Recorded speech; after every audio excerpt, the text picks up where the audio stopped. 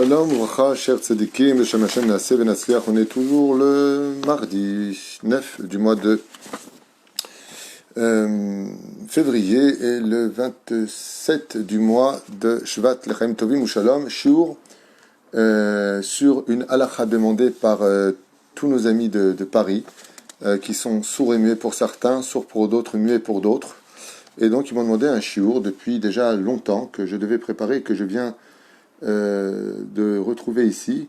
Donc Anaël Lubeki, si j'ai bien prononcé, cours sur la surdité pour l'élévation de l'âme de son papa Yoshua Ben Mazal, ainsi qu'à toutes les neshamot ayant existé depuis Adam et Rishon jusqu'à aujourd'hui. Shem Evarech Otach, donc les Nishmat, Kol Mete Israël, Bezrat Hashem, beaucoup de bonheur chez vous. Alors il faut savoir que souvent on dit, mince, il est né sourd, il est né aveugle, il est né muet. On voit en cela un manque. Et il faut savoir que les gens qui naissent avec des handicaps, on appelle ça comme ça, sourds ou muets, sont souvent des neshamot qui, avant de descendre dans ce monde, demandent à Dieu de les rendre comme cela. Et pourquoi ? Cela vient du fait que dans les réincarnations précédentes, leur faiblesse était dans le fait qu'ils étaient trop curieux et ils recevaient du lashon hara, ou ils recevaient des choses qu'ils n'auraient pas dû entendre. Ils écoutaient des secrets qu'ils allaient peut-être raconter. Et ainsi donc, on sait que, par exemple, dit Rabbi Nachman, entre autres, quand une personne écrit de la main gauche, c'est un gaucher, c'est qu'avant, dans le Gilgul précédent, il montait un peu trop. Donc c'est un signe pour lui de réparation. Ainsi donc, il y a d'un côté le côté réparateur de celui qui a peut-être trop parlé dans la réincarnation précédente, ou celui qui a entendu et répété ce qu'il eut entendu alors que c'était un secret ou qu'on lui avait fait confiance. C'est le premier aspect de celui qui naît avec ce genre d'handicap, mais il y a d'autres explications qui disent que bichlal, souvent il arrive que dans le monde d'en haut, eh bien la personne disait attends, moi je suis venu réparer des choses précises, j'ai pas beaucoup de fautes à réparer, et comme je sais qu'un des éléments qui fait tomber le plus rapidement l'homme, c'est la bouche, qui est appelée Chaim Vemavet Beyad Alashon, c'est-à-dire que plus une personne va parler dans ce monde et plus elle raccourcit les jours de sa vie, ou plus une personne va parler, elle peut dire du Lashon Hara, du Motzi Shemra et perdre son monde futur. Donc il arrive, comme l'explique d'ailleurs Anaël dans son livre, qu'il arrive des fois que les gens demandent à Hachem de naître sans les yeux, sans voir parce qu'ils ont une faiblesse pour la beauté féminine, ou parce que ils ont une faiblesse au niveau de la bouche de vouloir trop parler. Donc, ils demandent à Hachem de les restreindre dans le pouvoir fauter. Restreins-moi, comme vous imaginez un petit peu, une personne qui arrive sourde et muette, ce serait difficile de l'accuser de lashon hara. Ou même si on peut faire de lashon hara avec le doigt, ceci étant avec un signe de la tête en faisant s'il suis là, c'est vrai. Mais c'est quoi ? 3%, 4%, le vrai lashon hara, c'est aussi le vrai lashon hara. Mais ce que je veux dire par là, c'est que quand tu as la parole qui est facile, si on ne comprend pas le langage des signes, il est très difficile.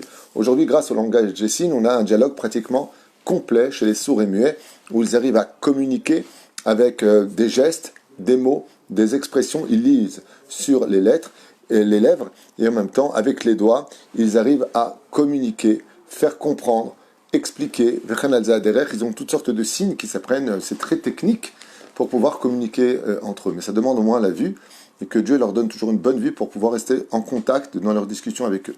Donc, on a vu un côté un petit peu ésotérique, des explications pourquoi il y en a qui naissent avec l'ouïe qui est très développée, avec la parole très très agile, et de l'autre côté, il y en a qui n'ont pas ce plaisir de pouvoir parler ou communiquer, mais ça ne les empêche pas pour autant d'évoluer et de pouvoir, Bezrat Hashem, se faire comprendre au sein de la société.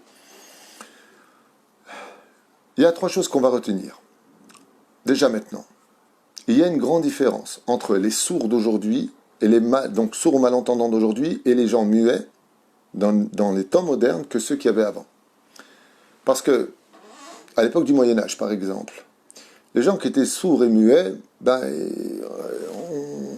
ils faisaient partie du bas de la société. Ils ne savaient rien. On ne comprenait rien.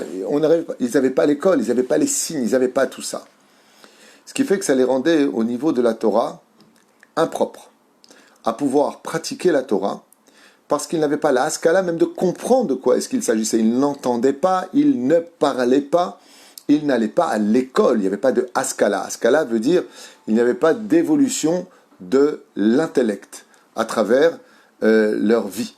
Ce qui fait qu'ils avaient un digne de choté ou d'enfant qui les rendait quittes des mitzvot de la Torah parce qu'ils, pas toutes, mais ils n'avaient pas la haskala. Donc on ne pouvait pas les comprendre dans un minyan, on ne pouvait pas les compter dans le minyan. Pourquoi?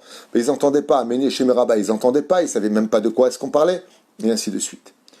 Mais grâce à Dieu aujourd'hui, les sourds et muets sont même plus intelligents que ceux qui écoutent. Ils vont à l'école, ils ont des moyens de communication, ils savent exactement de quoi est-ce que l'on parle, ce qui fait qu'ils sont beaucoup moins restreints et pourraient tout à fait participer à un minyan.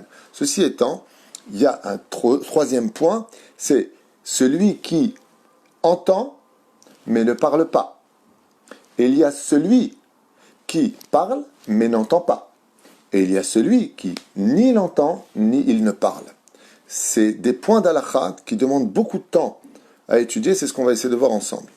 Nous sommes avec Alichot Olam, Maran Arav Ovadia Yosef, à la DAF, et ici on a la page P-Vav 86. Si par exemple une personne est muette, alors en hébreu, le mot muet se dit ilem. Sheu shomea. Attention, par contre, il écoute. Ve'eno medaber. Donc on sait qu'il ne parle pas, mais il écoute. Même si maintenant il ne va pas dire le Kaddish, il ne va pas dire la Kedusha, on le sait. Mais comme il s'arrête les minyan. Lui, par exemple, il peut tout à fait participer au minyan parce qu'il entend ce qu'il se dit.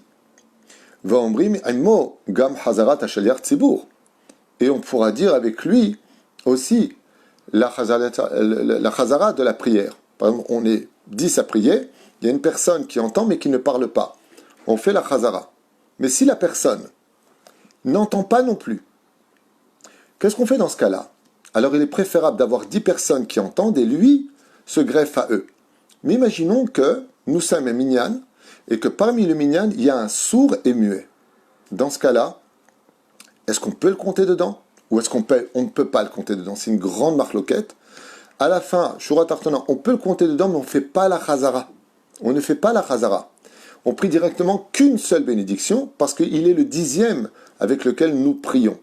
Pourquoi on ne fait pas la chazara? Parce qu'il ne va pas entendre. Et donc il va s'éliminer d'une certaine façon de l'audition. La reine va daï shelo.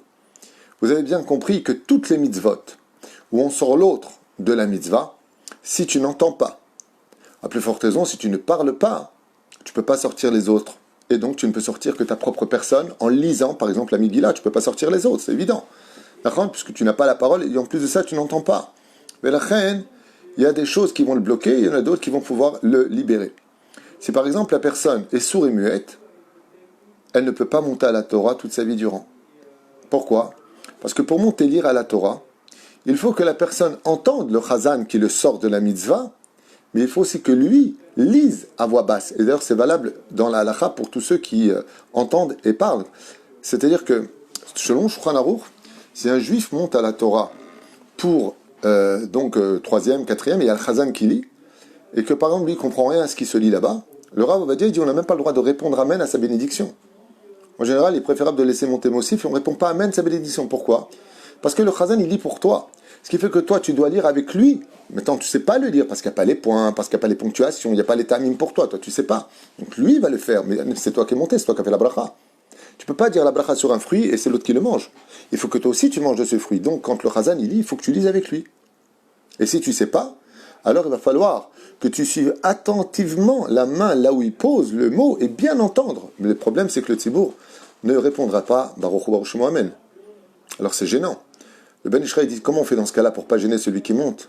Au lieu de dire Amen à sa bracha, on dit Baruch Adonai l'olam Amen. Et le deuxième Amen, on le dit à voix haute. Baruch Adonai l'olam Amen, et Amen.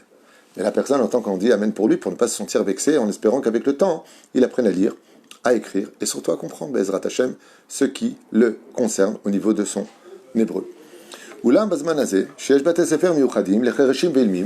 Aujourd'hui, grâce à Dieu, comme il y a des écoles modernes, et les personnes sourdes et muettes peuvent tout à fait être comme tout le monde et avoir leur langage à eux. Mitnael, il y a des mumchim, au fait gogim, ok? Chez Mekanim Da'at les Talmidéhem. Donc eux, aujourd'hui, ils ont leur langage, ils ont un système qui les rend très très à la page de ce qui se passe dans le monde. Mitzarfim Gam Em la Asara la Mirat Devarim Bigdusha. Donc on peut dire maintenant que Behemet, oui, aujourd'hui, grâce à Dieu, il pourrait participer au Minyan, Bezrat Hashem, Bazmenul Din, Aharesh Ilem Keshote, Ve'enu Mitzaref le Minyan. Mais s'il est, et il y en a qui disent qu'il peut, il y en a qui disent qu'ils ne peuvent pas. Donc le Rav Ovadia Yosef, il dit que, juste un instant, je revenais en arrière, et là, She'enam Mevatim Diboram Baofen Barour, à la condition où ils sortent un son de leur bouche, mais ce n'est pas très clair quand ils parlent, Dat Acharoni Rabim Ledunam Ke'en Pikrim. On les considère comme étant intellectuellement à la page, ils vont comprendre qui ils prient, ils comprennent qu'il faut prononcer comme ça, mais ils n'y arrivent pas, sortent un son de leur bouche. Eh bien, le chidouche, dit le Rav Ovadia Yosef, c'est qu'il y en a des poskim qui disent Mitzarfim Gam Em la Asara Bamirat Devarim Bedusha. Ils comptent dans le minyan, on pourra faire le Kaddish et la Kedusha.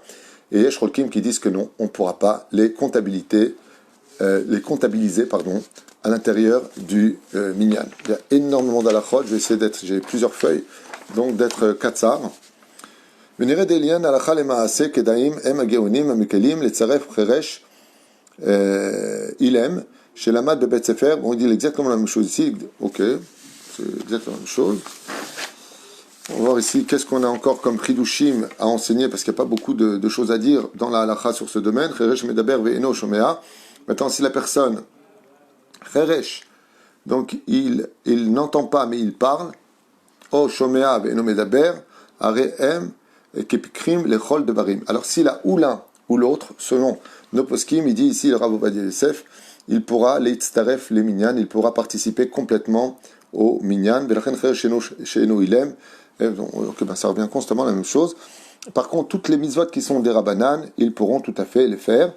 Les inyan devarim shel des Rabbanan, kegon Kaddish, Kedusha, Barechet Hashem Borach, toutes les prières que nous faisons, il a le droit de les faire dans les temps modernes dans lesquels nous sommes.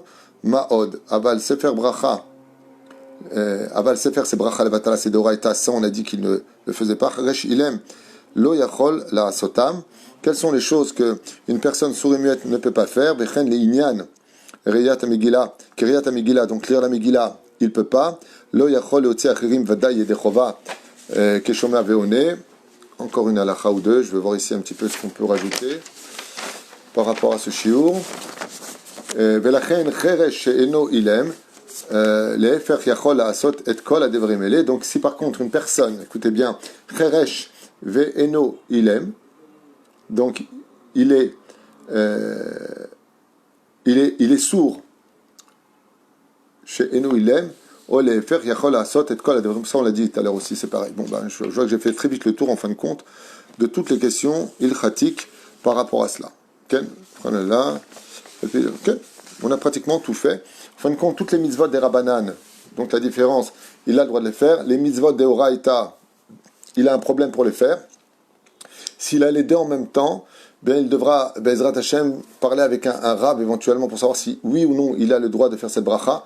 Mais quoi qu'il advienne, s'il ne peut pas s'exprimer, si ce n'est qu'avec des sons, même d'allumer les bougies de Hanouka, par exemple, la bête à Knesset, pour les Avir et Koulam, c'est une grande marloquette poskim, à savoir si Bémet, car les mots ne sont pas clairement exprimés, même si Dieu comprend absolument tous les signes que les hommes parlent dans ce monde, toutes les langues, tous les signes, Dieu les comprend.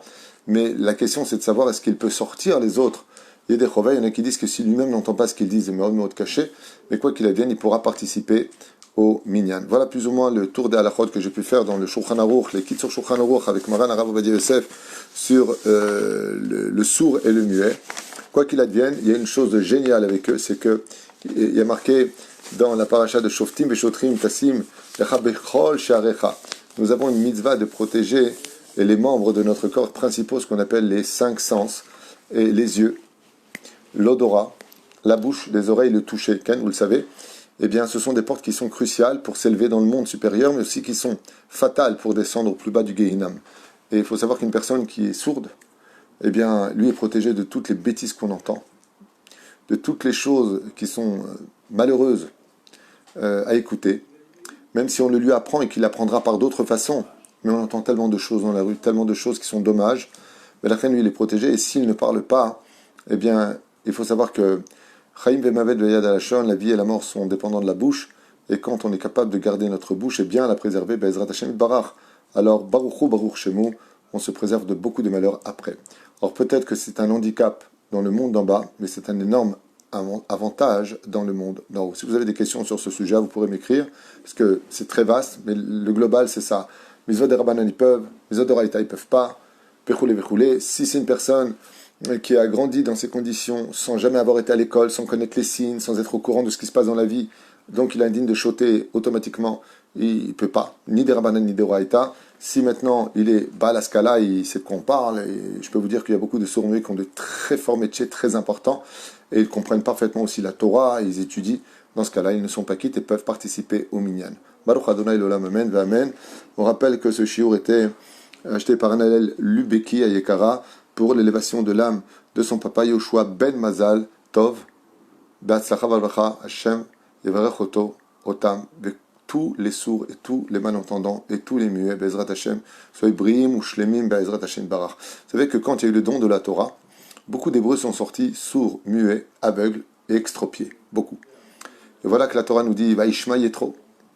Ils ont tous entendu. Vairou et Akolot. Ils ont tous retrouvé la vue. Et tous se tenaient debout. Ils ont tous retrouvé leurs jambes.